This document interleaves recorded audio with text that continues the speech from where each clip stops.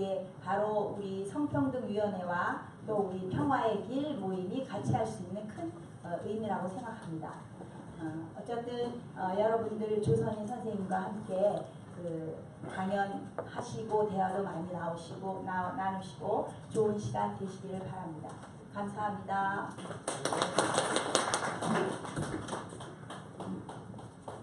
네, 시간이 없으니까 저희 이야기는 생략하도록 하고 바로 우리 조선희 선생님을 모시도록 하겠습니다. 박수로 환영해 주십시오.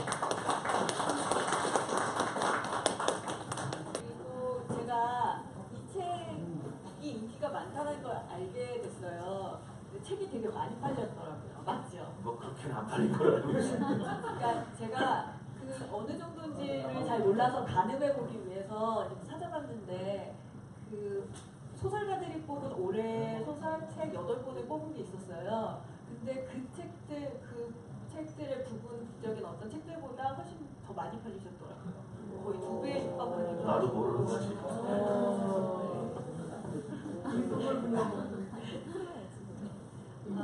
그래서 베스트셀러 작가에 이제 진입하신 독자층이 탄탄하구나 이런 생각도 좀 들기도 했어요. 책의 구성이 좀 재밌다라고 느껴졌는데 이게 과거에 있었던 역사적인 사건들을 현재 사건들과 연결시켜서 이제 얘기를 해주시잖아요. 예. 그러니까 이게 그 원래 컨셉이 시사 주간지다 보니까 단순 옛날 얘기가 아니라 요즘 일과 연관, 사실 요즘 일과 같을 수는 없지만 좀 비슷한 사례가 있다면 그걸 엮어서 이야기를 해보자는 게 원래 컨셉이었고요. 이제 그런 컨셉을 2년 동안 했고 이제 그 2년이 모아진 게 이 책이죠. 그러니까 뭐 서문 보면은 제 딸이 쓴 게 나오는데 이제 그런 말이 나오죠. 이게 지금 현재 발생하는 일은 언젠가 일어났던 일이다. 근데 같진 않지만 절대 같을 수는 없고 대입할 수는 없지만 어떤 그런 유사한 사건에서 어떤 우리가 갈 길을 찾고 지혜를 찾는 것 또한 역사를 배우는 이유가 아닌가 생각을 해서 그런 컨셉을 계속 유지했었습니다. 2년 동안. 네, 지금 말씀 중에 따님 이야기가 나왔었는데요. 예. 저는 그게 이제 궁금한 것 중에 또 하나가 제목이 딸에게 들려주는 역사 이야기인데 왜 이렇게 지으셨을까? 혹시 아드님이 섭섭해하지는 않으셨나? 그러니까 그 질문은 참 많이 받는데 먼저 한번 술자리에서 그 답이 나왔었어요. 그러니까 친구 한 명이 물었어요. 왜 딸이냐? 아들내미 뭐하고? 근데 옆에 있던 친구 한 명이 그렇게 얘기했어요. 아들내미가 그걸 듣고 앉았냐? 그러니까 다들 공감하면서 맞아 하면서 제가 맞다 이렇게 됐었죠. 그러니까 뭐 딸에게 들려주는 게 더 뭐랄까 아들이 머리가 커서 들으려고 하지도 않고 대학생이기 때문에 이제 딸한테 들려주는 걸로 그렇게 제가 더 말을 편하게 할 수 있었던 것 같아요. 이야기를 쓸 때도. 네, 설명 잘 들었습니다. 그러면요 이제부터 이 PPT를 활용하셔서 저희한테 책 내용을 이제 간략하게 설명해 주실 거거든요. 그걸 듣고 나서 우리 또 궁금한 거 있으면 작가님께 여쭤보도록 하겠습니다. 네, 시작하겠습니다. 예, 소개받은 바대로 저 김형민이라고 하고요. 향림교회 이 향후실 전문 교우입니다. 네, 2층에 올라갑니다. 일단 뭐 그 책 내용은 뭐 사실 아까 말씀드린 것처럼 그 주간지에 한 꼭지로 인형을 연재했던 걸 모은 거니까 뭐 여러 가지 내용이 있으니까 저희 쭉 설명할 수도 없는 거고. 그래서 제가 이제 딸한테 들려주고 싶었던 어떤 이야기를 어떤 주제를 자꾸 만들어봤습니다. 그러니까 그들은 왜 그렇게 살았을까라는 건데요. 그러니까 여기서 그들은 다양한 사람이 존재할 것 같은데 이 영화 기억나세요? 밀정입니다. 여기서 밀정이 여기 송강호라는 사람이 있고요. 송강호 배우가 황옥이라는 실제 인물에서 따온 사람이죠. 이 황옥이라는 사람은 일본 경찰이었어요. 조선인인데 일본 경찰이었습니다. 근데 먼저 이 밀정들은요 정말로 독립운동 진영 곳곳에 다 있었습니다.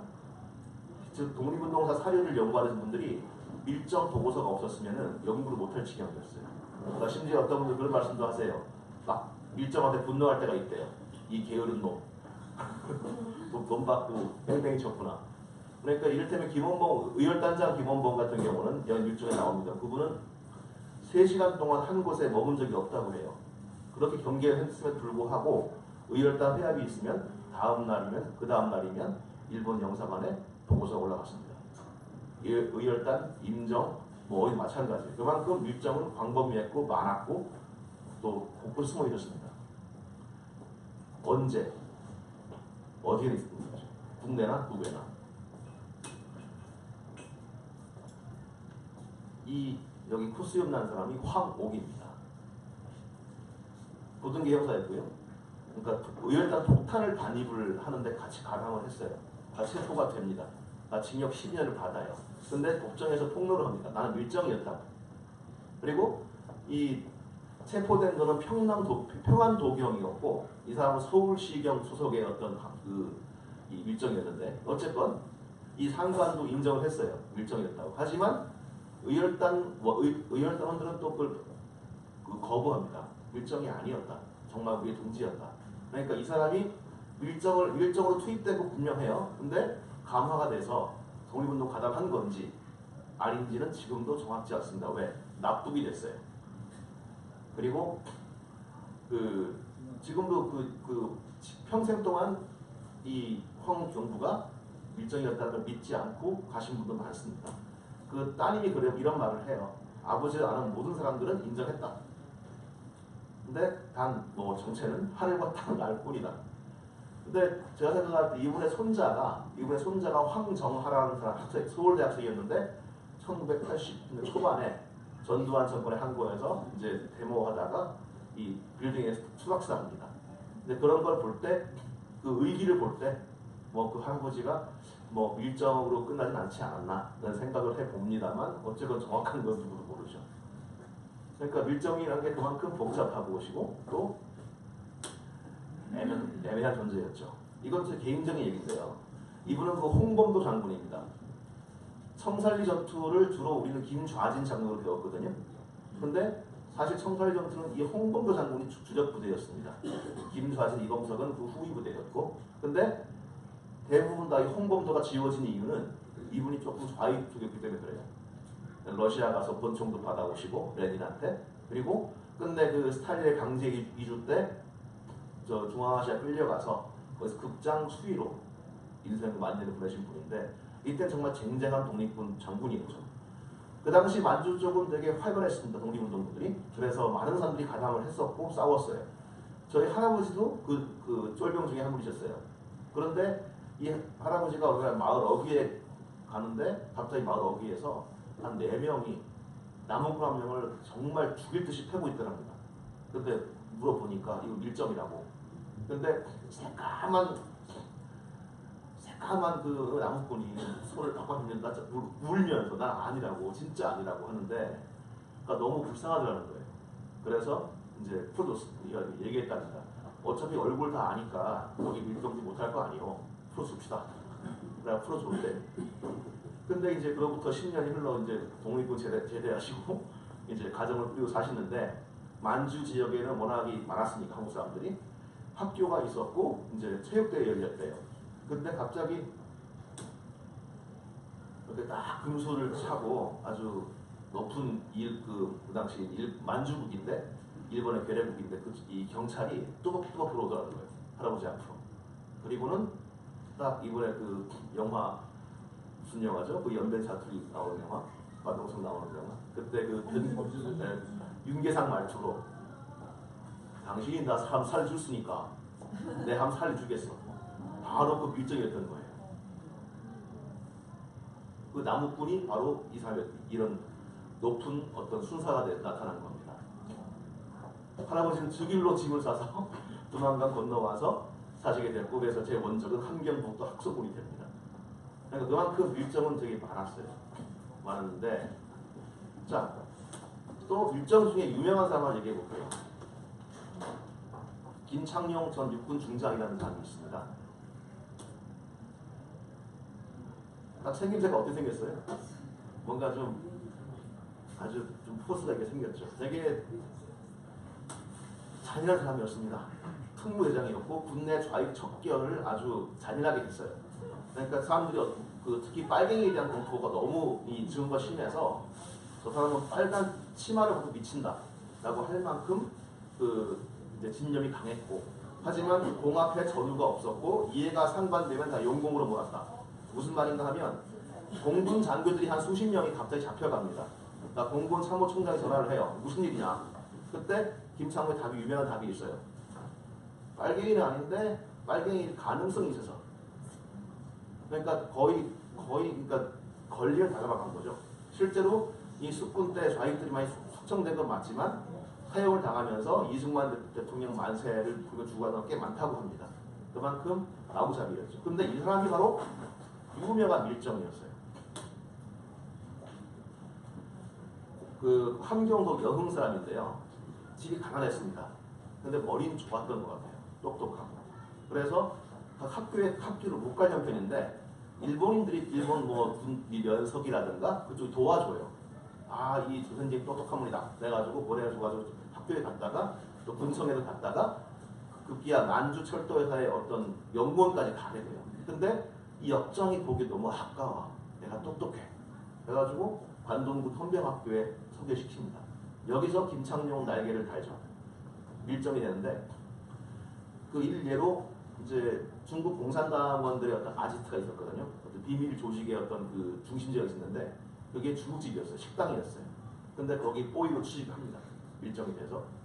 근데 영하 40도 추운 날 만주 춥잖아요. 근데 그 음식도 기름기 많지 않습니까? 중국 음식. 근데 그 얼음을 깨고 설거지를 해옵니다. 그러니까 대단한 성실성을 보인 거죠. 그 성실성에 감복한 중국 주인이 마음을 열고 야, 너 우리가 같이 하지 않을래? 라고 포석에 들어가요. 그래서 김창룡은 당연히 예스. 그래서 그 뒤에 김창룡은 그 이른바 공산당 조직원이 돼서 그 조직 기구를 파악한 다음 일망타진합니다. 대단히 훌륭한 밀정이었죠. 그러니까 뭐 정보원 능력으로는 되게 탁월했고 근데 고향에 돌아왔다가 이제 두 번 죽을 고비를 넘기고 이제 공산 정권 때문에 그 넘기고 다시 남하하면서 이쪽에 특무대 일을 맡게 되면서 그 악명을 떨치기 시작했습니다. 그러니까 이 사람은 여기 출생 연도가 나오지만 1920년생이죠. 1910년이 나라가 망했으니까 10년 뒤에 그러니까 태어났고 이 사람은 그랬을 것 같아요. 그러니까 뭐 이 사람의 성정이 나쁘고 좋고를 떠나서 일단은 되게 가난한 집에 태어나서 뭐 독립군 하기는 뭐 어떻게 하고 여의치 않고 하지만 잘 먹고 잘 살고 싶고 근데 그 능력을 이쪽으로 발휘했던 거죠. 조금 더 안 좋은 사람이 있습니다. 상태가. 혹시 이 이름 들어보셨어요? 배정자? 배정자도 밀정인데 이 여자는 솔직히 그렇게 이쁜 것 같진 않은데 아 이것도 좀 근데 이제 외모는 아니고 넘어갑니다. 근데 아무튼 이 사람이 어떤 요화라고 해서 되게 유명한 한국의 조선의 마타리안 붙을 만큼 이를테면은 이 사람은 김해 사람이에요. 근데 아버지가 역적으로 몰려서 귀양 가서 죽습니다. 그리고 어머니는 그 충격에 눈이 멀어요. 그야말로 조선의 맨 밑바닥 인생을 살게 된 거죠. 어떤 고승의 그 회고가 있는데 그 즈음에 20세기, 19세기 말 즈음에 통도사에 이제 갔는데 그 통도사에 아주 유망하지만 똑똑한 여자애가 있었다는 여기 나오는데 대충 연도가 이 배정자가 그 절의 종으로 있을 때였어요. 그러니까 절의 종으로도 있었고 또 기생방에 가서 심부름꾼도 하고 또 기생으로 키워질 것도 보였고 즉 이 그야말로 여기 있었으면 조선은 거의 이 여자한테는 헬 조선이었죠. 희망이 없고 뭐 그냥 밑바닥만 쓸다 가는 인생이었어요. 근데 아버지의 친구가 야 인생 불쌍하다. 너 혹시 일본 안 갈래?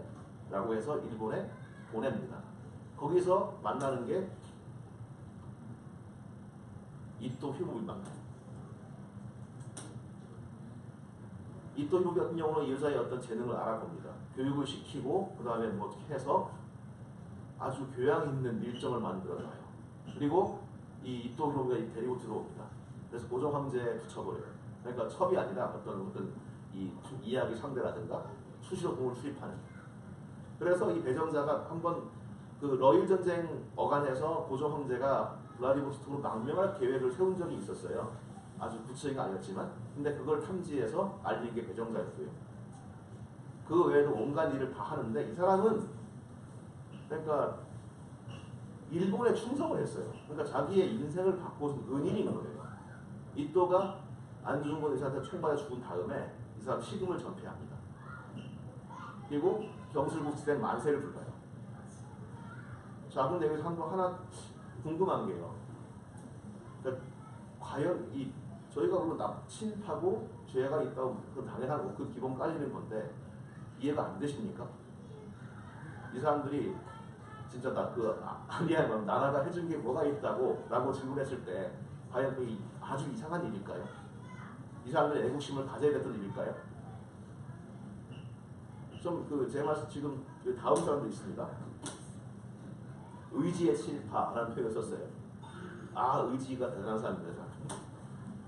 그러니까 이 별명이 박잡대기였어요. 그러니까 조선팔도 내에서 그러니까 일본 경찰한테 하이 하는 게 당연한데 이 사람은 일본 판사가 와도 어이 자네 일로 와봐 하고 잡대기를 할 수 있었던 거의 유일한 인물이에요. 중추원 고문도 했고 좀 잘생겼죠? 약간 느낌이.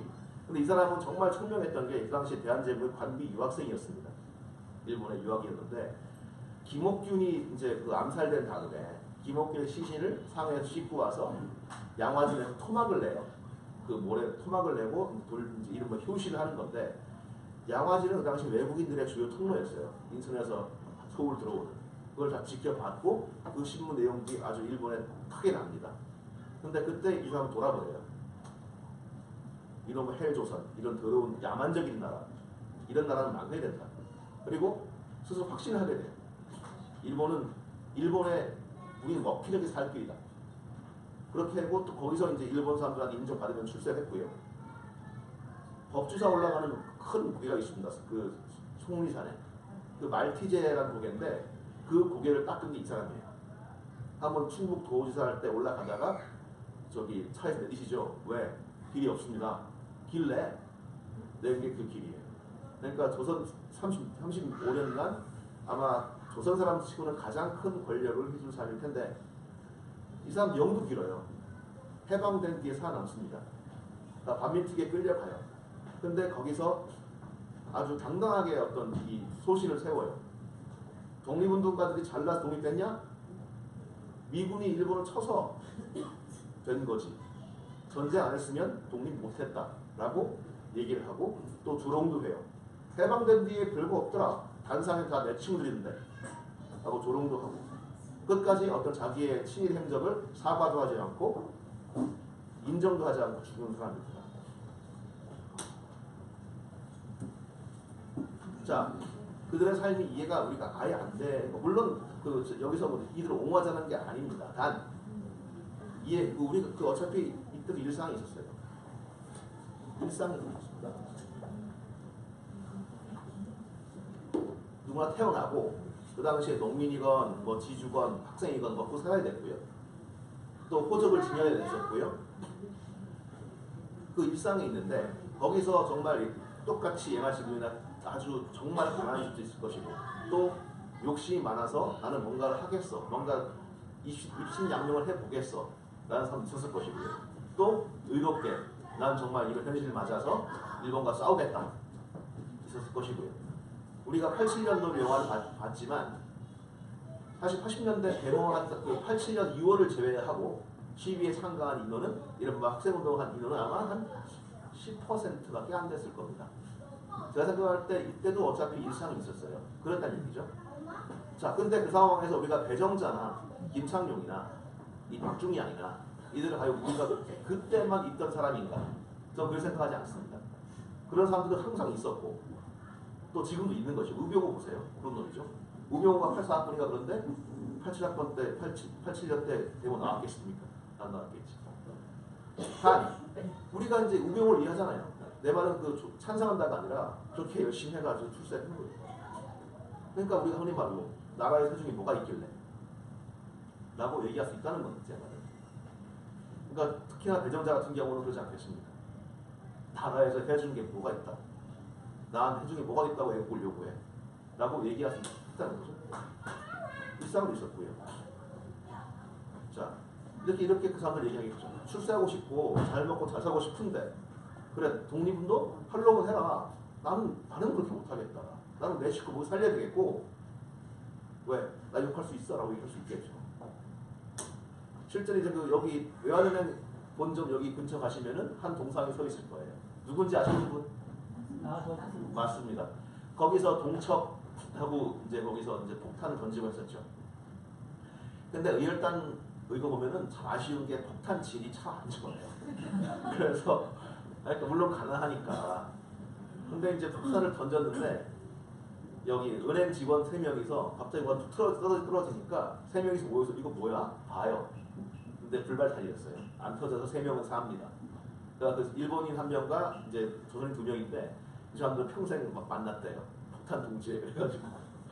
근데 그런 식의 어떤 조선인 그 의열단 행동들이 막 전개되던 그 상황에서 신문 기자 1명이 이제 조선인 동척 직원한테 물어봤대요. 두렵지 않냐? 라고 그 테스트 이렇게 답하는 겁니다. 동척 직원은. 난 두렵지 않다. 어떻게 내가 얘까지 왔는데? 이 사람은 출세하고 싶은 거죠. 그러니까 좀 그 시대에서 내 새끼 잘 먹이고 잘 하고 싶은 거고 그렇게 얘기를 해요.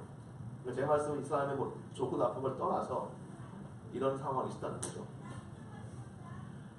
근데 그러니까 저는 또 그러니까 이런 사람들을 있었다는 거 말씀을 드리고 이들을 이해하자가 아니고 이런 상황이 있다는 것이고요. 근데 이제 모든 건 연결돼 있겠죠. 그러니까 여러분 거문도 사건 아십니까? 거문도 사건. 영국이 우리 거문도를 점령했다. 근데 왜 점령했을까요? 그렇죠? 근데 왜 영국이 당시에 영국의 주 적은 러시아였습니다. 나이팅게일 이 활약했던 크림 전쟁이 여기 터키에서 있었고 그 뒤에 아프간에서 러시아와 맞붙어요. 영국의 주 전선은 러시아의 남하를 막는 거였습니다. 근데 이 아프간에서 한번 전투가 벌어지고 영국 군대가 전멸을 해요.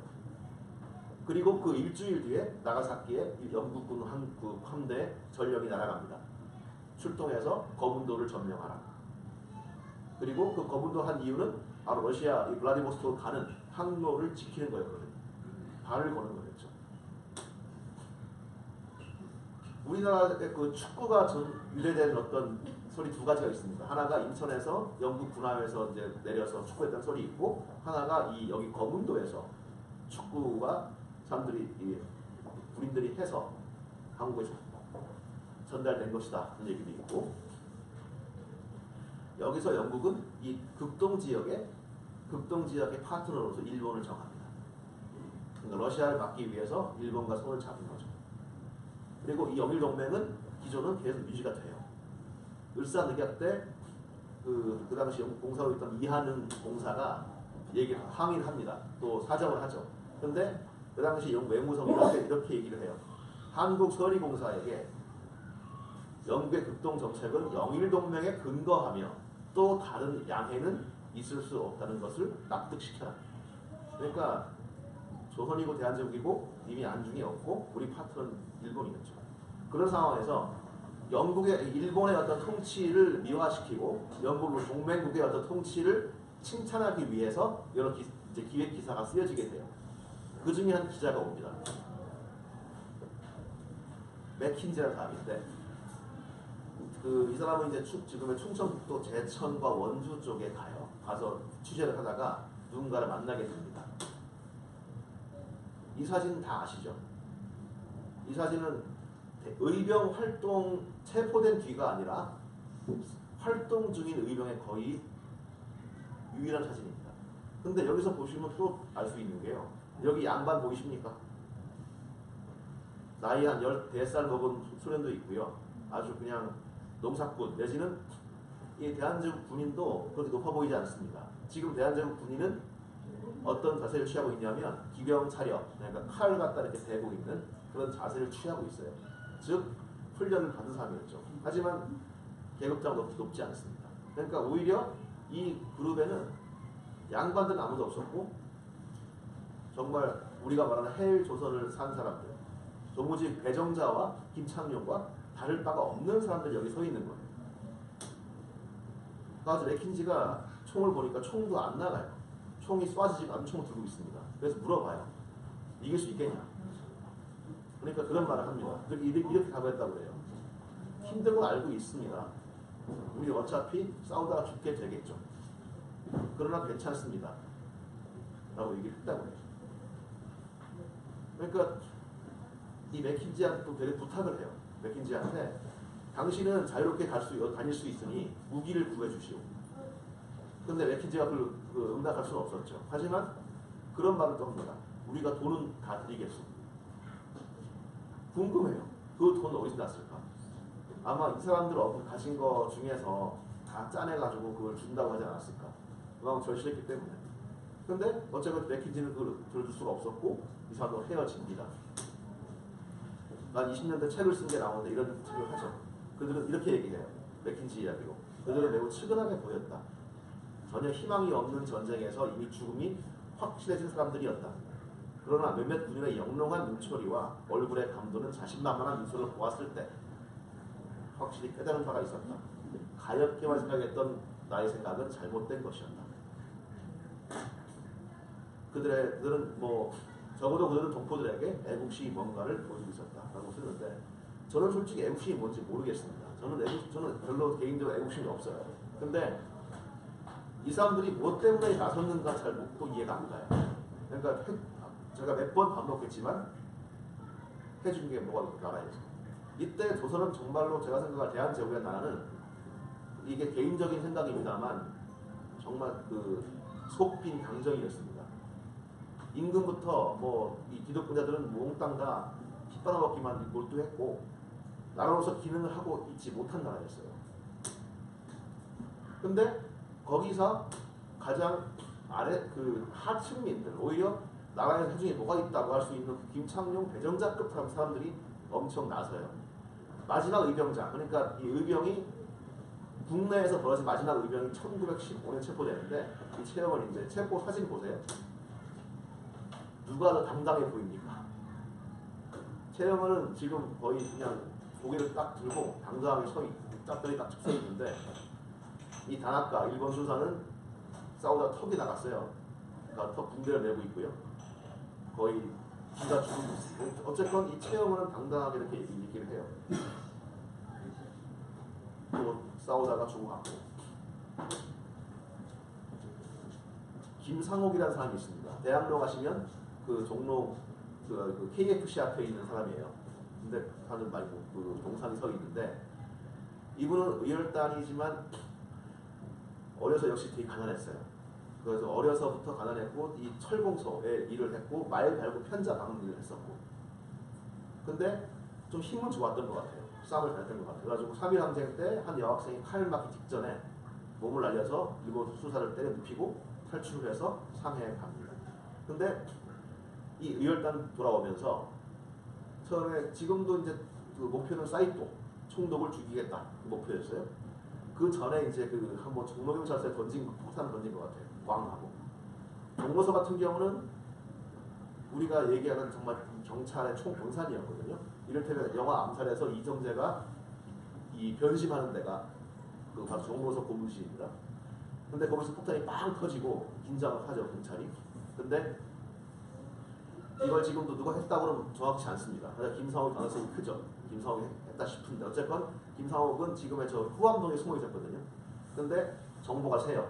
그래서 일본 경찰이 출동합니다. 근데 놀랍게도 지휘 포위된 가운데 10명의 경찰대가 출동했는데 2명을 쏘아가지고 탈출을 해요. 아주 훌륭한 솜씨였죠. 근데 그렇게 해놓고 도망가면 됐겠는데 다시 금호동 쪽으로 가서 승복을 훔쳐입고 다시 서울로 들어옵니다. 왜? 사이토를 죽이겠다는 거죠. 근데 결국은 이제 지금의 대학로 근처에 있던 효재동에 숨어 있다가 또 노출됩니다. 그래서 경찰이 이제 놓지 않겠다. 그래서 일설에 따르면 1000명, 한 최소한 300명 이상의 경찰대 출동을 시켜요. 영화 밀정에 나왔던 그 프롤로그에 나왔던 김장호, 왜 발가락 잘린 사람이 있죠? 발가락은 좀 사실 아니지만 그 모델이 김상옥입니다. 근데 어쨌건 이 사람은 그 동네에서 기와 지붕을 오르내리면서 거의 1000대 1에 총싸움을 벌였고 총알 9군데를 맞고 마지막에 자살을 합니다.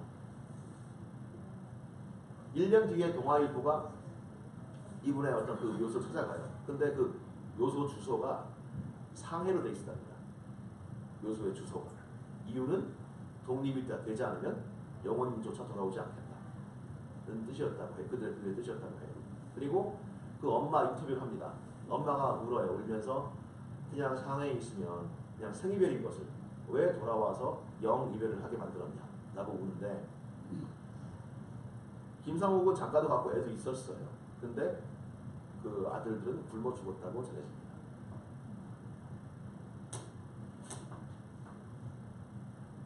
의지의 서북인이라는 제목을 붙였는데, 이 홍경래에 난 아시죠?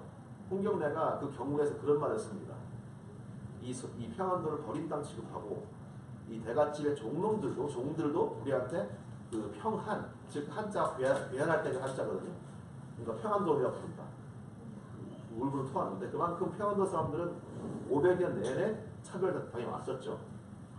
그러니까 조선왕조에서 가장 인정받지 못하고 가장 공을 세운들 상도 못 받고, 그리고 관직은 6품 이상 거의 찾아볼 수가 없는 그런 땅이었어요. 근데 재밌는 건 그 나라를 이렇게 그 당시에 가장 많이 독립운동에 뛰어든 사람들이 이쪽 사람들입니다. 평안도 사람들. 그래서 심지어 독립운동 내에 서북파, 기호파라고 해서 서북 지역이 하나의 파벌이었을 만큼 이재명, 이동수도 역시 평안도 사람이었어요. 그런데 이 사람들은 이 오적 암살단을 만듭니다. 그러니까 이완용 등등을 죽이겠다는 거였죠. 기회가 왔어요. 1909년도에 명동성당에서 여기서 그 벨기에 황제 추도식이 열리는데, 우리도 알지만 명동에서 내려올 길이 두 갈래가 있습니다. 하나가 시내길, 하나가 찻길. 거기서 이재명은 이제 망설여요. 내가 어느 길로 가야 되나? 나 혼자서 안 되겠는데? 그래서 요청합니다. 아주 이동수한테 같이 가자. 그러니까 이동수가 같이 가자 막 하면서 같이 가요. 그래서 숨어 있는데 인력거가 이제 한쪽으로 왔겠죠. 그때 이재명 쪽으로 왔어요. 이재명은 뛰어들었고 이완용을 아주 몇 번 찔렀습니다만 슬프게도 치명상은 입히지 못하고 체포돼 사형당했습니다. 그리고 이제 그 오적 나머지 다 체포가 되는데 이동수는 도망갔어요. 도망갔는데 언제 체포된 1924년 12월. 이 사건 1909년도였습니다. 이재명 의거가. 그러니까 15년 동안 숨어 살다가 공소시효를 며칠 앞두고 체포가 됐어요.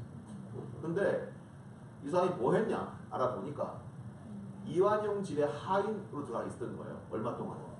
왜? 이완용을 죽이기 위해서. 그러니까 그 시체만도 이완용이 모르고 자기 인생을 버린 거 아니겠습니까? 이완용만 죽이겠다고. 그러니까 정말 그 의지가 뭔지 모르겠지만 어차피 이 사람들 이재명도 그렇죠. 이동수도 심지어는 일본인 판사가 참 아깝다고 했다고 해요. 정말 며칠이면 됐는데. 그런데 그만큼 안타까운 일이었지만 어쨌건 이동수는 그 집념으로 이유를 알 수 없는, 저로서 이해할 수가 없는 집념으로 이완용을 응징하려고 했고 살았죠. 두 평안도 사람들.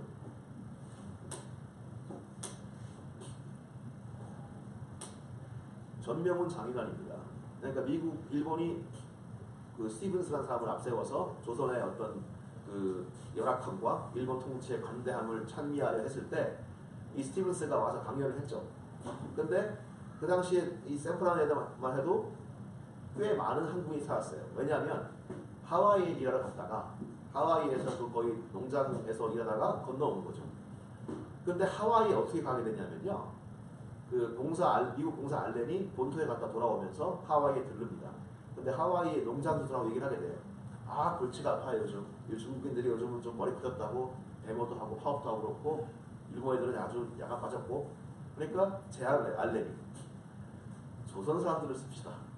그들은 노예 근성에 충만하여 시키는 대로 하면 따르고 하는 그런 아주 순한 사람들이니까.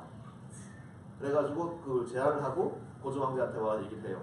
바야흐로 글로벌 시대 백성들을 내보냅시다. 그래가지고 이민당이 만들어진 겁니다. 그래서 가게 됐던 거였거든요. 거의 노예였죠. 거기서 노예를 하다가 돈을 모아서 본토에 온 사람도 있었고요. 그게 전명훈, 장인환 등등인데, 근데 돈 많이 벌었겠습니까? 정말 바닥 인생이었죠. 근데 그 상황에서 이제 그 상황에서 스티븐스가 왔을 때 한국인들 분노하고 모였어요. 그래서 회의하다가 이제 막 죽이자 그러는데 이제 누가 죽일지 모르고. 근데 아무튼 다음날 스티븐스가 배 타러 가는 도중에 갑자기 철컥 소리 듣게 돼요. 딱 보니까 전명훈이 총을 쏜 거예요. 근데 역시 가난하니까 좋은 무기가 없습니다. 질이 안 좋았어요. 그래서 스티븐스가 격투가 벌어집니다. 근데 또 한 번 또 빵빵 장윤환이었어요. 총을 쏜 거죠. 거기서 스티븐스가 죽습니다. 그래서 이 둘은 근데 서로 짠 게 아니었어요. 서로 몰랐습니다. 근데 처음 본 사이였어요. 근데 저놈은 내가 죽인다고 생각을 했고 그 없는 돈에 권총을 마련해서 죽이러 간 것이 우연하게 만난 거죠.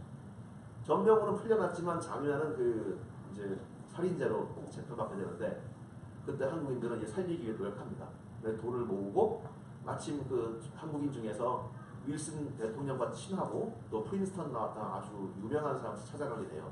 그게 이승만입니다. 근데 이승만은 그걸 거부해요. 기독교인이 들어서 살인자를 변할 수 없다. 그래서 이제 아일랜드인을 쓰고 결혼하게 되는 결국은 이 사람도 다행히 큰 중거 사형은 면하고 우리가 봤던 영화 더 락에서 봤던 알카트라스 감옥에 가게 됩니다.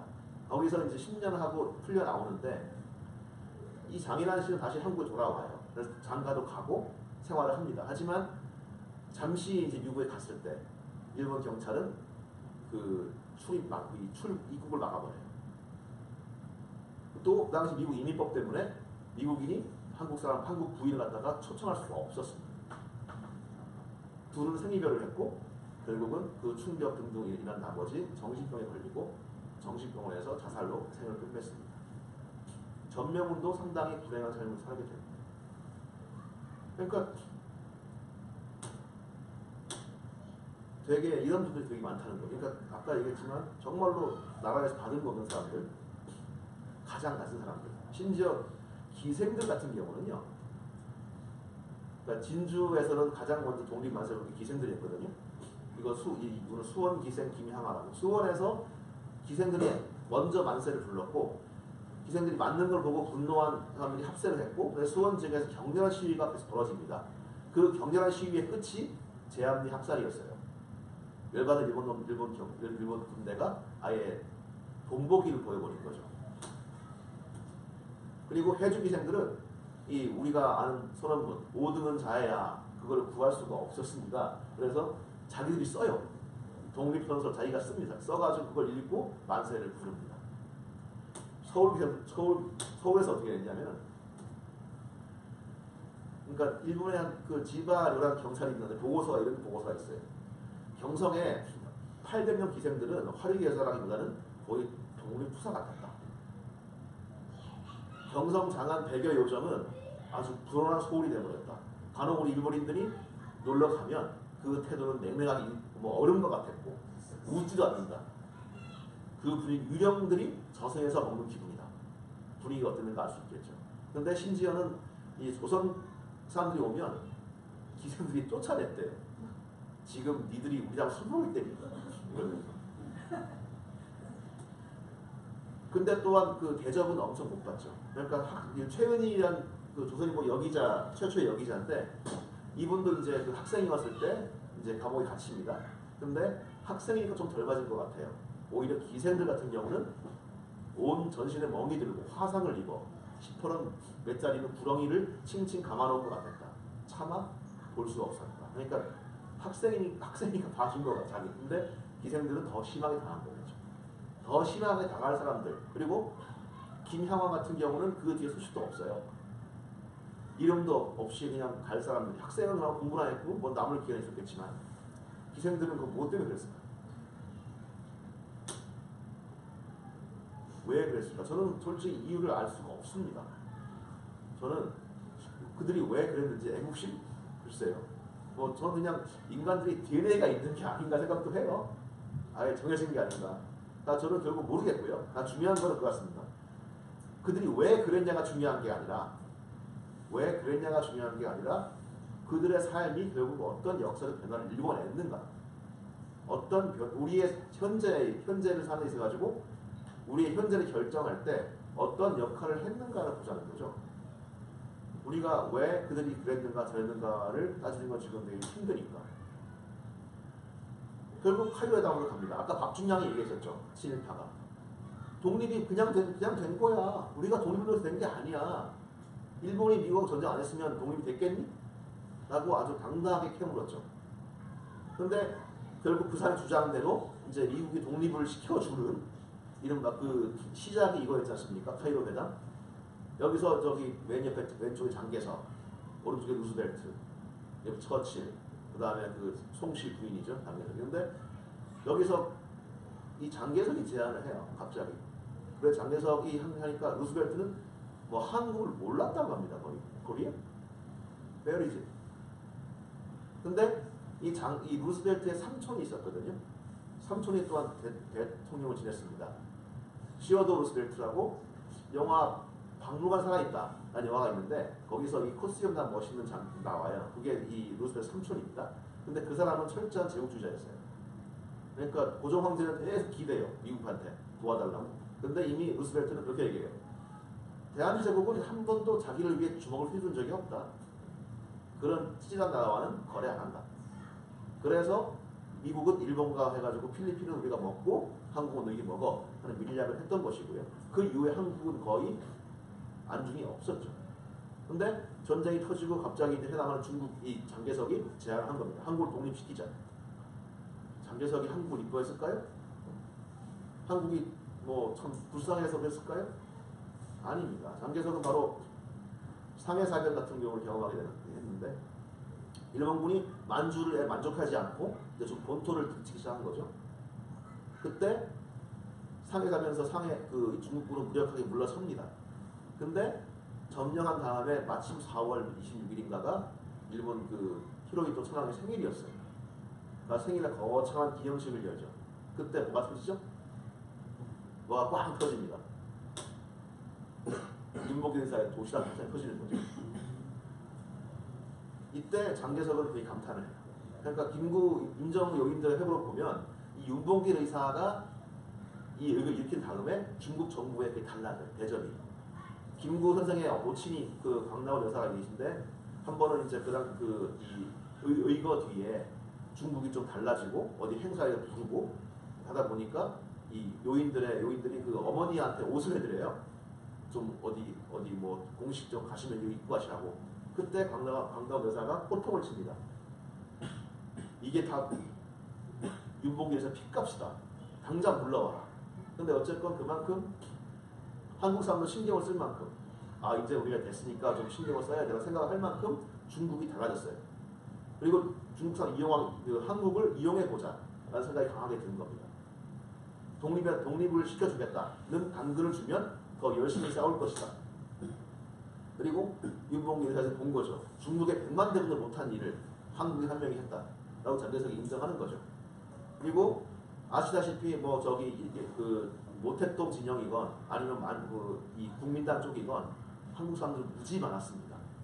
그러니까 조선 독립을 위해서 중국 혁명과 함께 싸운 사람들 무지 많았던 거죠. 그러니까 장개석은 사실 얘기해서 독립시켜 주겠다는 말을 선언을 하게 함으로써 그들의 여러 같은 지지를 얻을 수가 있는 거였어요. 그걸 제안했던 거예요. 또 영국도 버마 전선에서 우리 광복군을 이용합니다. 왜? 영국군들은 그 지배하에서 일본군을 상대할 그 민족이 없었어요. 다 영국 외모가 다르고 일본어 못하고. 하지만 한국 그다음 조선인들은 외모야 똑같고 일본어 잘하고 그래서 써먹었죠. 그러니까 제 말씀은 결국 미국이 일본과 전쟁을 해서 미국이 독립시킨 게 아니라 결국은 한국 사람들이 아까 우리가 봤던 그 모든 분들이 나라에서 받은 거 없는 분들이 희생을 하고 싸웠기 때문에 알렸기 때문에 장개석이 이 말을 넣은 거지. 아까 봤던 그거 나와요. 아빠 처음에는 이제 그냥 해방시키려 했대요. 근데 처치라고 하니까 너무 또 벙찌니까 하나를 넣어요. In due course. 적절한 절차를 밟아. 라는 거 넣거든요. 그 뒤에 이제 미국과 영국은 한국에 관심 가지게 되는 거고.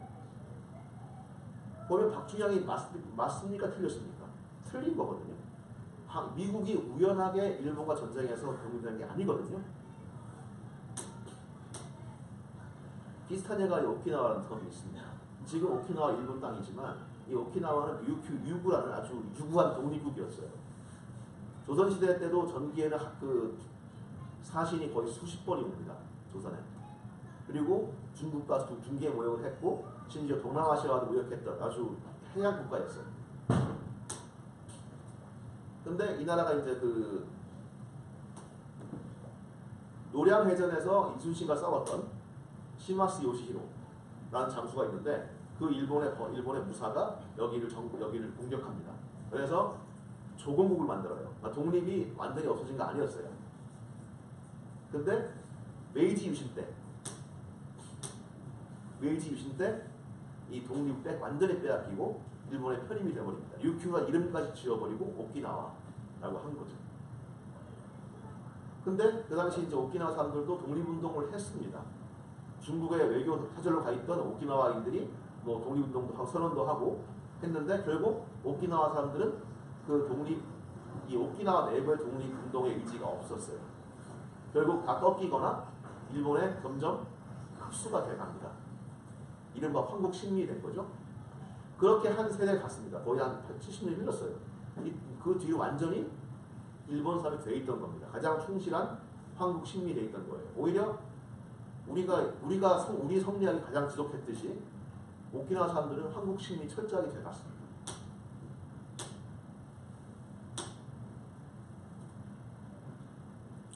그래서 나온 게 오키나와 그 참사가 벌어지는 건데 미군이 점점 올라오지 않습니까? 미국이 올라와서 일본군을 방어막을 치죠. 그 요새가 사이판이었고 오키나와도 그 중에 하나였어요.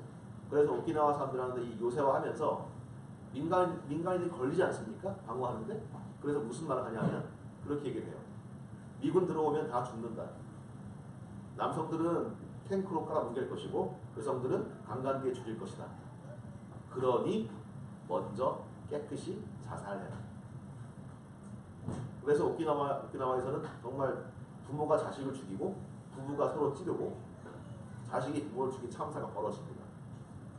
심지어는 이 절벽에서 미군들이 일본말로 절규하는 가운데 일본말로 우리 너희들 죽이지 않는다 하는 가운데 아주 차곡차곡 떨어집니다.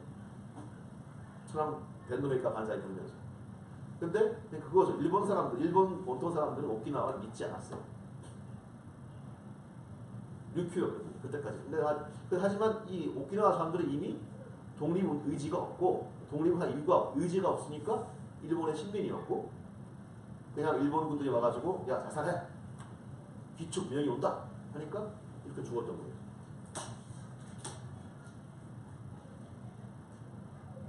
무지하게 죽습니다.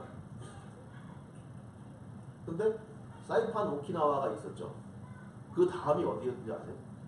그 다음 마지막 요새가 일본 본토 진공을 막는 마지막 요새 제주도였어요. 제주도 가시면 여기 송악산 근처 가시면은 이 송악산에 이런 이 해안가 이런 구멍이 뚫려 있는 거 보실 수 있어요. 이거 일본군 그 자살용 어뢰정 1인 한 명이 그 바나나 보트가 타고 가는 거예요.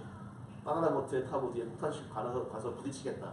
그게 가이텐 그러는데 그 가이텐 발진 기지였어요. 그리고 제주도를 쭉 배 타고 돌면요 이런 구멍이 수백 개가 있다고 해요. 그리고 그 당시 인구 한 20만 제주도에 일본 군대가 7만 명이 있었습니다. 그들은 오키나와나 사이판 같이 땅굴을 팠었고요. 이런 식으로. 지금도 제주도 가면 이런 굴들이 지금도 발굴이 안 된 채 남아있는 게 되게 많다고 해요.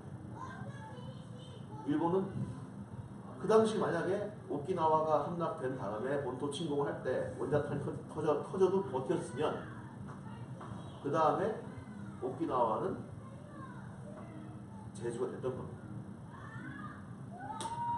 그 당시 우리가 과연 오키나와가 크게 달랐을까요? 일본 국내가 그런 얘기가 있습니다. 그 당시 일제말 총독이 미나미가 옵니다. 미나미 총독이 한자 쓰면 남이야 남. 한자예요. 그러니까 그 남쪽 남자 그거거든요. 그걸 미나미가 읽는데 그 미나미가 오니까 한국의 의령남시 종신회에서 종시가 왔다고 막 축하하고 그래. 무슨 말인가 하면 그 당시 조선 사람들은 그 이른바 민족 어떤 그런 정책에 의해서 상당히 순화돼 가고 있었습니다. 그리고 어떤 기록이 보면은 누가 이제 열심히 그 해방 뒤에 열심히 학생 운동하는 애가 참 있는데 그 사람은 그런 말을 해요. 왜 이렇게 열심히 하냐? 그런 말을 합니다. 좀 창피해서. 뭐가 창피하냐? 나 솔직히 말하면 8월 15일 날 통곡을 했었어. 천황폐하 그 방송을 들으면서 천황폐하를 얘기하고 당연히 통곡을 했는데 너무 부끄럽다 이거죠. 근데 하지만 적어도 그 당시에 어떤 그 나이 또래 사람들은 그렇게 할 만큼 실제 해방 우리가 소식을 들었을 때 8월 15일 당일은 조용했습니다. 전국이 조용했어요. 그 다음날 감옥이 열리고 나오면서 조금 좀 이제 해방의 분위기가 왔었지 그때는 정말 조용했다고 해요. 그만큼 어떤 일본의 어떤 그 이 민족 말살책이라든가 먹히고 있었고 윤동주가 동생한테 시윤동 동생한테 조선말로 된 거는 악보도 모두 다 모아놔라 얘기했을 만큼 위감이 있었고 우리 바다 잊혀지고 있었고 일본의 어떤 그런 그 오키나와에 행했던 황국 신민 정책 그 만들기 정책은 되게 진행 중이었고 만약 그런 식으로 우리가 50년, 30년을 더 갔다고 한다면 전 장담할 수 없습니다. 그 요즘은 좀 많이 흑화됐지만 목거일이라는 작가가 쓴 책이 있습니다. 비명을 찾아서라는 책이 있는데 거기는 가상도설이죠. 일본이 계속 점령하고 있다면 하고 있을 텐데 되게 보면 되게 뭐랄까 일본이 거의 다 일본어가 돼 있고 일본어를 쓰고 조선은 거의 요즘의 만주적 같은 느낌. 그게 그런 것처럼 저도 그렇게 됐을 것 같아요.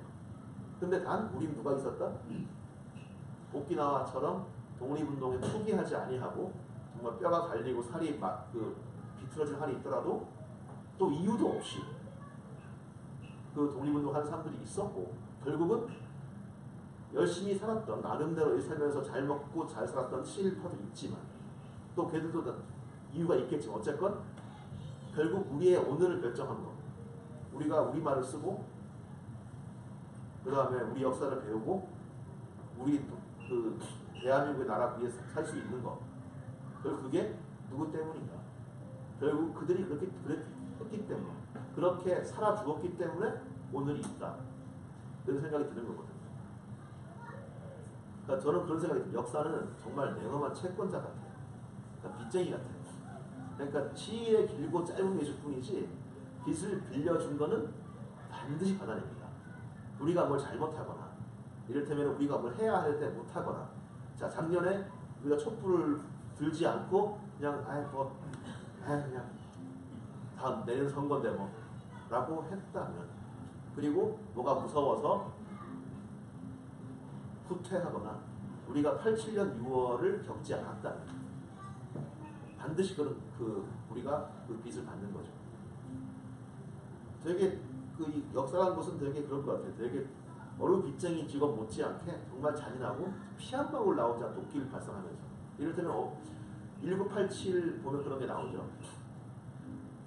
그러니까 그 우리가 그때 뭔가를 못 받으면 다음 받는다는 게 검사가 87년도 최완 검사 갑자기 용기를 냈을까요? 갑자기 원칙을 세웠을까요?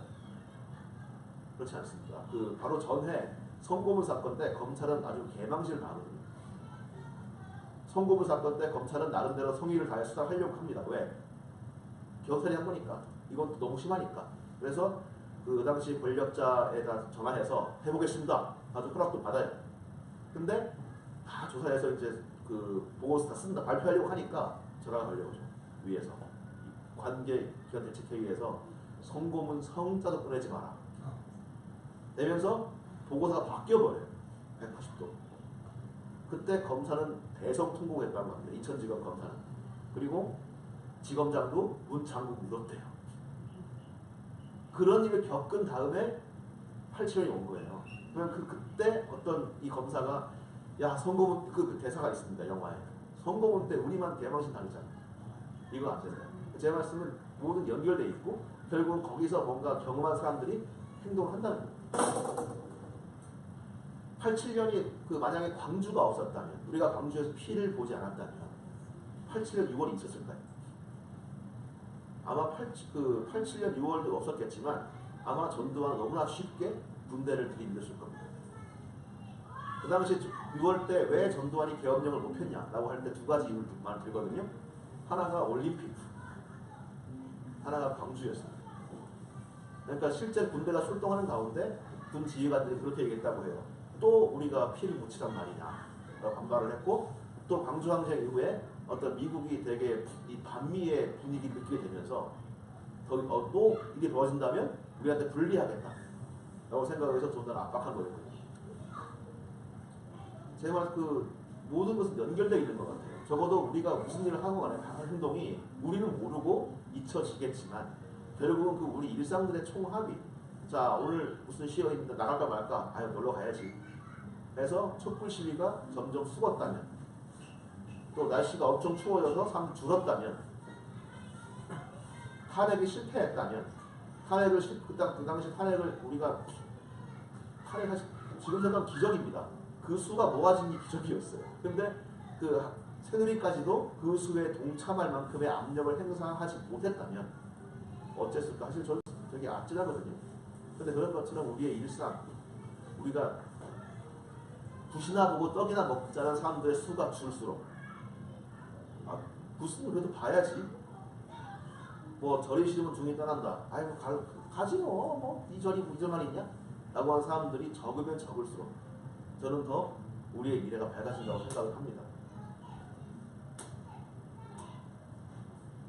역사는 우리가 또 빚을 주면요, 우리가 좋은 일을 해서 빚을 주면 반드시 응답을 합니다. 그러니까 근데 전체 안 내줘요. 좋은 일을 많이 해도 찔끔찔끔은 갚습니다. 하지만 절대로 떼먹진 않아요. 우리가 한 일은 쌓입니다. 쌓이고 결국 언젠간 답을 받다고 생각을 해요. 120년 전 만민공동회에 있습니다. 만민공동회. 거의 촛불 시위의 원조였다고 생각을 해요.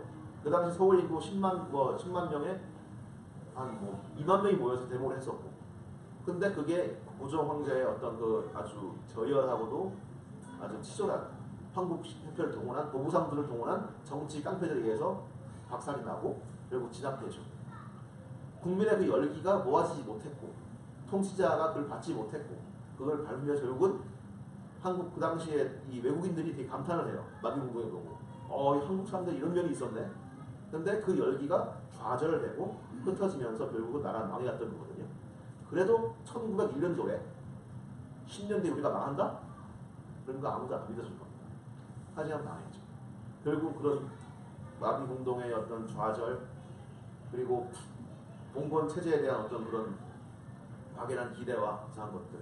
한국 사람 참 착하거든요. 밀란에서요, 밀란이 막 심하게 일어나도 사또 죽인 적 별로 없습니다. 우리 영화에서 사또가 죽죠? 사또는 안 죽입니다. 이방들은 죽이지. 아전들은 죽이는데 사또는 못 죽여. 왜?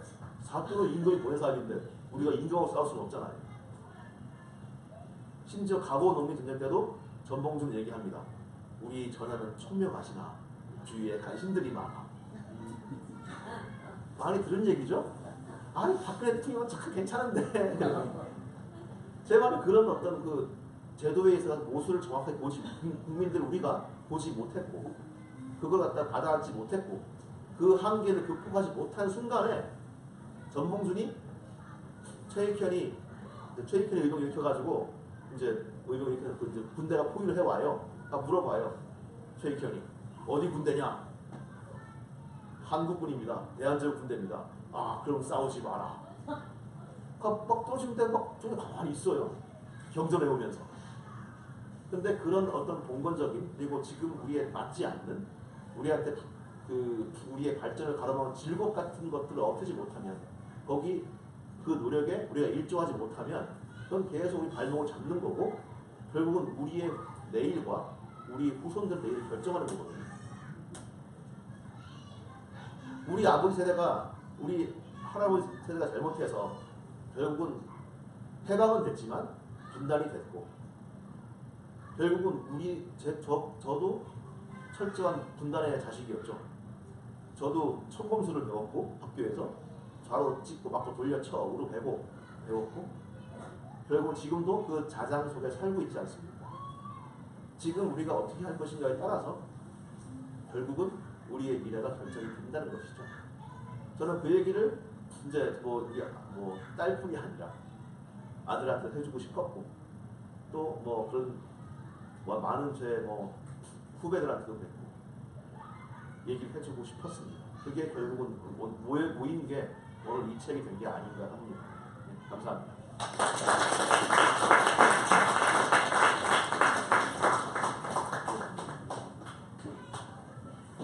네, 묵직한 주제를 던져주셨는데요. 성대묘사까지 해주시면서 재미있게 얘기해 주셨는데 그 주제는 좀 묵직했었던 것 같아요.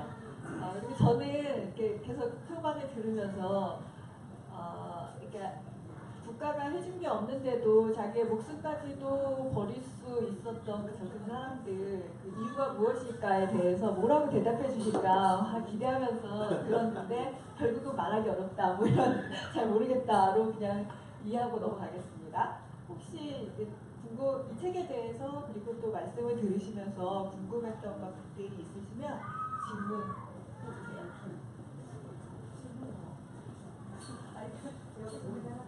안녕하세요.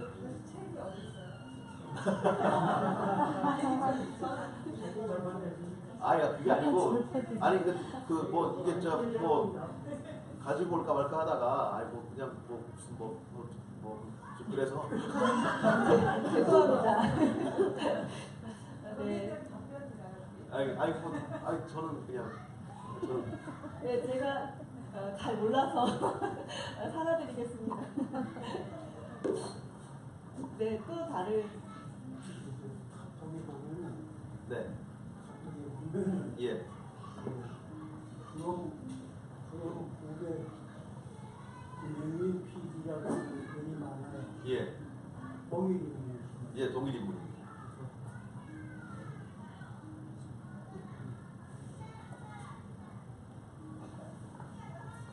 질문 없습니다. 예, 예.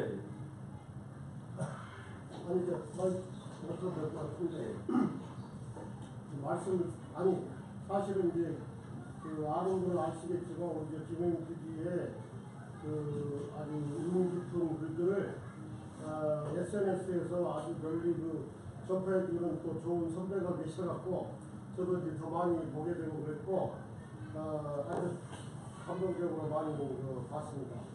오늘 말씀 중에서 이제 그 전봉준과 관련된 이야기가 나왔는데 전봉준이 이제 그 당시에 만약에 뭐 마음을 직접적으로 그 공격하거나 이렇게 몰아내고자 하는 그런 것들을 비쳤다면 아마 그 정도 투쟁도 전개하기 어려웠지 않았을까. 그래서 그것이 이제 물론 그 어떤 봉건적 의식이 아주 벗어나기 어려운 상황은 있었지만은 전략적으로라도 그 당시 뭐 그렇게 나가면 이제 역적 어떤 수준으로 이제 공격을 받을 상황이기 때문에 반봉건 최강 추구에 그리고 이제 내용적으로 보면 전면적으로 그 조선 어떤 불평등 사회를 전면적으로 바꾸고자 하는 그런 것이 들어 있음에도 불구하고 왕에 대해서는 그런 어떤 직접적인 공격을 내세우지 않은 것이 그 어떤 대중의 민중의 어떤 정서랄까 이런 것을 반영해서 그 전략적으로 이렇게 한 게 아닌가 그런 면도 좀 생각할 부분이 있지 않을까 해서. 예, 그러니까 제가 말씀드린 전봉준 개인을 비판한 게 아니고요. 네. 그 정서를 얘기한 겁니다. 이를테면 그 만주에서 싸웠던 독립군 중에도 대한독립의군부 같은 경우는 대한제국 복위 황제 폐하를 복위시킨다는 의미로 싸웠고 심지어는 그걸 반대하는 사람들 죽이기도 해요. 그러니까 제 말은 어떤 그런 정서, 제가 전봉준은 그렇게 판단을 했겠죠. 하지만 제 말은 그런 정서가 그렇게 만연했고 남아의 자체를 그 당시 살던 모든 사람들의 책임이라는 결국은 그 세대의 책임이라는 거죠. 그러니까 우리가 지금 이를테면 저도 되게 북한을 싫어하는 편이지만 우리가 어떤 뭐 반북 의식이 있다고 한다면 죄송한데 전쟁은 막자를 합의에 이르지 못한다면 또 어떤 일이 벌지 모르는 거 아니겠습니까? 그러니까 제 말씀은 그런 그 정서랄지 합의랄지 그걸 이루기 위해서라도 아까 제가 얘기했지만 굿이나 먹고 떡이나 먹자 그런 사람들이 줄어야 그래도 이건 좀 바꿔야지 않겠냐 난 늘어야 한다는 것입니다. 그리고 결국은 그 수십만 명이 해가지고도 이를테면 싸움도 제대로 못했잖아요. 그러니까 공주 우금치에서 기관총 상대로 계속 돌격만 하잖아요. 주문해 오면서 영세, 불망, 만사, 점수 올라가잖아요. 그래서 10만 대군이 그냥 잠깐 사이에 다 죽잖아요. 그런 것들은 되게 좀 아쉬운 거죠. 그 주문을 외우면 총알이 피해간다는 말을 10만 명이 믿었다는 것은 되게 아쉬운 거죠. 제 말씀은 그런 정서 같은 경우 계속 우리가 생각을 하고 또 유구히 내려오는 그런 이상한 정서를 그러니까 최고 통치자에 대한 어떤 이상한 뭐라든가 어떤 그런 충분히 반항적인 형사들이지만 또 충분히 순종적인 이상한 면모를 지닌 그런 것들은 좀 우리가 돌아봐야 하지 않나 그런 말씀을 드릴 겁니다.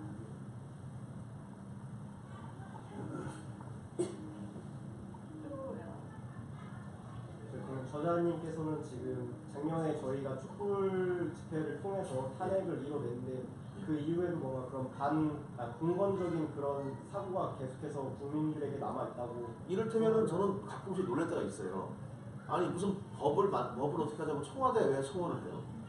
청와대에 막 청원하는데 대통령이 할 일이 아니에요. 근데 그냥 대통령 같은 게 막 청원을 하고 대통령에 대해서 뭐 이를테면 무슨 뭐 비판 같은 거 들어오면 거의 또 하는 벌어지기도 하고 저는 되게 그러니까 윤석열 지검장이랑 참 맞는 것 같아요. 저는 사람에 충성하지 않습니다. 저는 그게 되게 우리가 좀 기억해야 된다고 생각을 합니다. 그러니까 아까 예를 들었지만 우리가 아무리 민주주의 했다고 하지만 그런 모습 많이 보이거든요. 왠지 뭔가 그 한 명이 바뀌면 사실 지금 그 대통령 바뀐 건 정말 과정일 뿐이고 더 나아가야 할 상황인데 하나 바뀌었다고 해서 거기서 바뀐 것도 아닌데 그렇게 생각을 하거나 또 됐다고 생각을 하거나 그런 모습 많이 보거든요. 그러니까 우리고 이제 옛날에 그 MB가 나올 때 MB가 해주실 거야라는 게 카피가 있었는데 그러니까 지금은 뭐 문재인이 해주실 거야 그건 아니란 말이죠. 그러니까 그만큼 어떤 그런 우리가 본건이라고까지 많이 애매하지만 그런 어떤 사람에 대한 어떤 기대 그러니까 거의 정감독 수준의 정도령 사실 뭐 정주영도 정도령을 했고요. 그리고 우리가 안철수가 지금까지 명맥을 유지하고 있는 것도 결국은 뭔가 그 사람 뭔가 될 것 같아 뭐 있는 것 같아 라는 그런 묘한 감정들 사실 본건은 그게 본건이 별게 아니거든요. 그러니까 합리적이지 못하고 뭔가 있는 것 같아 있을 거야 하는 그런 것도 본건이거든요. 그런 발상 저는 그런 것들은 좀 종종 보이는 게 안타깝다는 말씀을 드립니다.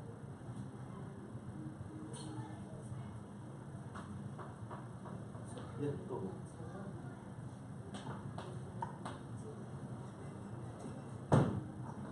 없으시면 또 질문 있으시군요.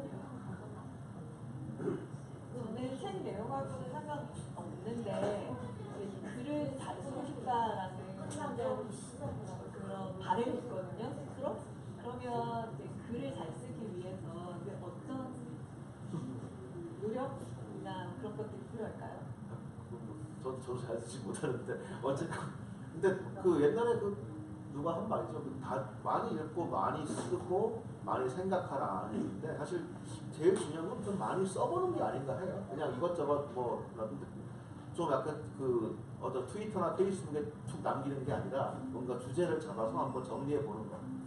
그러니까 뭔가 이 얘기 해보고 싶다고 했을 때 그냥 이 나쁜 놈들아 하는 게 아니라 니들은 왜 나쁜 놈들이야 하고 얘기를 정리해보고 많이 써보는 게 좀 제일 좋지 않나 싶습니다. 그러니까 그건 아웃풋이라면서 인풋도 돼야 되겠지만 아웃풋이 되면 인풋을 느끼거든요. 뭔가를 집어넣어야 쓸 수 있으니까 검색하게 되고 찾아보게 되고 그럴 수 있을 것 같더라고요. 예.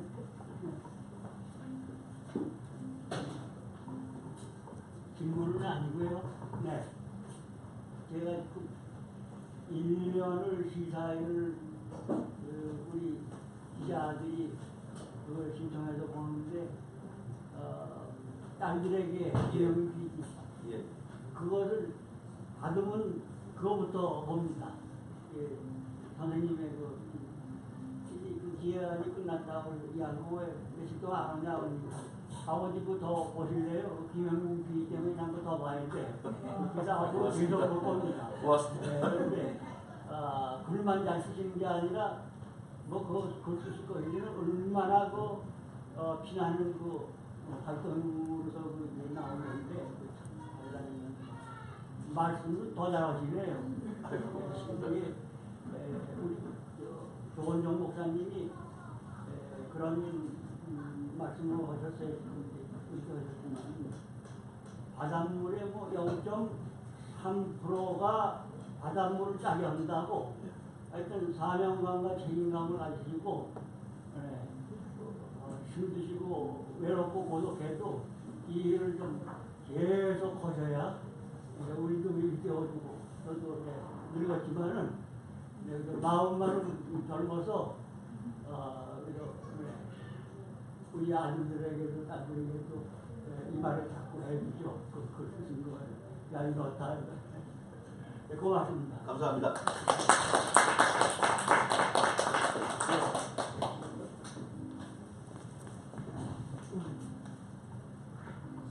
저는 정혜열 권사입니다. 근데 저는 뭐 질문이 아니고 제가 좀 결의를 하고 싶은 말씀을 드리고 싶어요. 그런데 우리 이제 속된 말로 민주주의는 피를 먹고 사는 동물이라고 그런 말이 있잖아요. 근데 오늘날 지금 문재인이가 당선된 것도 그 촛불혁명에 의해서 된 건 사실인데 저는 그렇게 생각합니다. 지금 결국 대통령이 하나 바뀌었다고 해서 세상이 달라지는 건 아니지 않습니까? 그렇기 때문에 촛불이 만들어 놨으니까 책임지고 지금부터 시작이라고 생각하면 된다고 생각해요. 그래서 문재인 정부가 진짜 올바르게 나갈 수 있게 촛불이 계속해서 좀 외치고 하여튼 일을 할 수 있는 그런 계기를 만들어야 된다고 생각을 해요. 그런데 촛불이 이제부터 시작이라고 생각하거든요. 그래서 더군다나 지금 적폐청산이 전혀 안 되고 있지 않습니까? 벌써 1년 가까이 되고 있어요. 그런데 1년이 지나면 이제 힘들어져요. 그렇기 때문에 촛불이 가만히 있으면 안 된다고 생각을 하기 때문에 그리고 우리는 뭐 민주주의가 거저갖다 주는 게 아니지 않습니까? 피해 대가로 결국은 뭐 완전한 민주주의는 아니지만 조금씩 나가고 있다는 그 사실을 우리는 알아야 된다고 생각합니다. 하나만 더 붙이면 그런 생각을 합니다. 우리가 뭔가를 변화하는 건요, 그냥 한 번에 딱 이루어지지 않습니다. 그러니까 또한 프랑스 혁명이라고 얘기하지만 프랑스 혁명 기념이 이제 7월 14일인가 그런데 그 혁명 기념한 이유가 뭔지는 아십니까? 뭐 어떤 날인지는 아세요? 그 7월 14일이 바스티유 감옥을 공격한 날입니다. 근데 그 당시에 그 감옥 공격한 게 큰 의미가 있었냐? 아무 의미 없었습니다. 그 안에 정치범도 없었고요. 정신병자가 한 2명 매우 갇혀 있었어요. 근데 어쨌든 그 민중이 어떤 왕의 어떤 요새를 공격한 그 상징성을 두어서 프랑스 혁명 기념이 되어 있는 거거든요. 그러니까 제가 생각할 때 우리도 섣불리 실망하지 않았으면 좋겠어요. 어차피 우리가 지금 어제 87년 이후 여말 분부가 나와서 결국 노태우 된 거 아니야 라고 얘기를 할 수도 있습니다. 하지만 87년 6월의 거친 노태우와 87년 6월의 없는 노태우와는 하늘과 땅 차이겠죠. 그러니까 저희가 생각할 때는 우리가 섣불리 실망할 것도 없고 또 너무 기대할 것도 없고 그러면서 우리가 할 일이 무엇인가 생각하면 좋겠습니다.